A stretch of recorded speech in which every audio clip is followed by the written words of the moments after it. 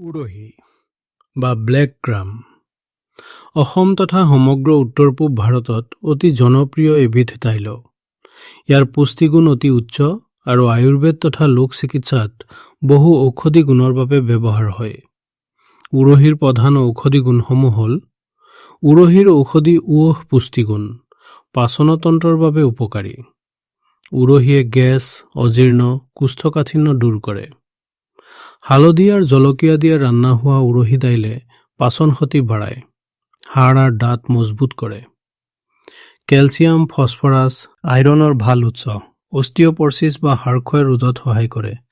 Diabetes নিয়ন্ত্ৰণ, লো glycaemic index থকা বাবে তেজত চেনিৰ মাত্ৰা হঠাতে নবঢ়ায়। নিয়মীয়াকৈ খালে টাইপ 2 ডায়েবেটিছত উপকাৰী। তেজৰ হিমগ্লবিন বঢ়ায়। আইৰণ আৰু ফলেটৰ উৎকৃষ্ট উৎস। এনিমিয়া বা ৰক্তাল্পতাত বিশেষভাৱে উপকাৰী, বিশেষকৈ গৰ্ভৱতী মহিলাৰ বাবে। চুলি আৰু ছালৰ বাবে উপকাৰী। প্ৰটিন, ভিটামিন বি, জিংক থকা বাবে চুলিৰ বৃদ্ধি আৰু ছালৰ উজ্জ্বলতা বঢ়ায়। উৰহিৰ পেষ্ট মুখত লগালে ছালৰ দাগ দূৰ হয়। বৃক্কৰ পাথৰিৰ চিকিৎসাত ভাল ফলাফল দেখুৱায়।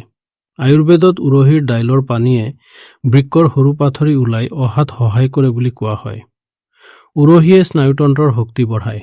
মেগনেছিয়াম আৰু ভিটামিন বিৰ বাবে স্নায়ুৰ কাৰ্যক্ষমতা বঢ়ায়, মানসিক চাপ কমায়, শৰীৰৰ উত্তাপ বৃদ্ধি কৰে।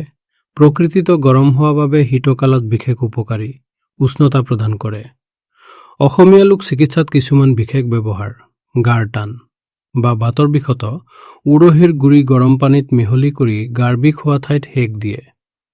শিশুৰ পেটৰ বিষত উৰহিৰ দাইলৰ পানীত হিং মিহলি কৰি খোৱালে গেছৰ পৰা সকাহ পোৱা যায়। মুখৰ ধাত, উৰহিৰ গুৰিৰে পেষ্ট লগালে মুখৰ ভিতৰৰ ঘাঁ সোনকালে ভাল হয়। সাৱধানতা: অত্যাধিক উৰহি খালে গেছৰ সমস্যা হ'ব পাৰে, বিশেষকৈ যিসকলৰ পাচন দুৰ্বল। ইউৰিক এচিড বেয়া হোৱাসকলে সীমিত পৰিমাণেহে খাব লাগে। উৰহি কেৱল সোৱাযুক্ত দাইলেই নহয়, ই এবিধ শক্তিশালী ঔষধি খাদ্য। অসমীয়াৰ ঘৰত উৰহিৰ দাইল ভাত পিঠাগুড়ি শীতকালৰ পৰম্পৰাগত আৰু স্বাস্থ্যকৰ খাদ্য।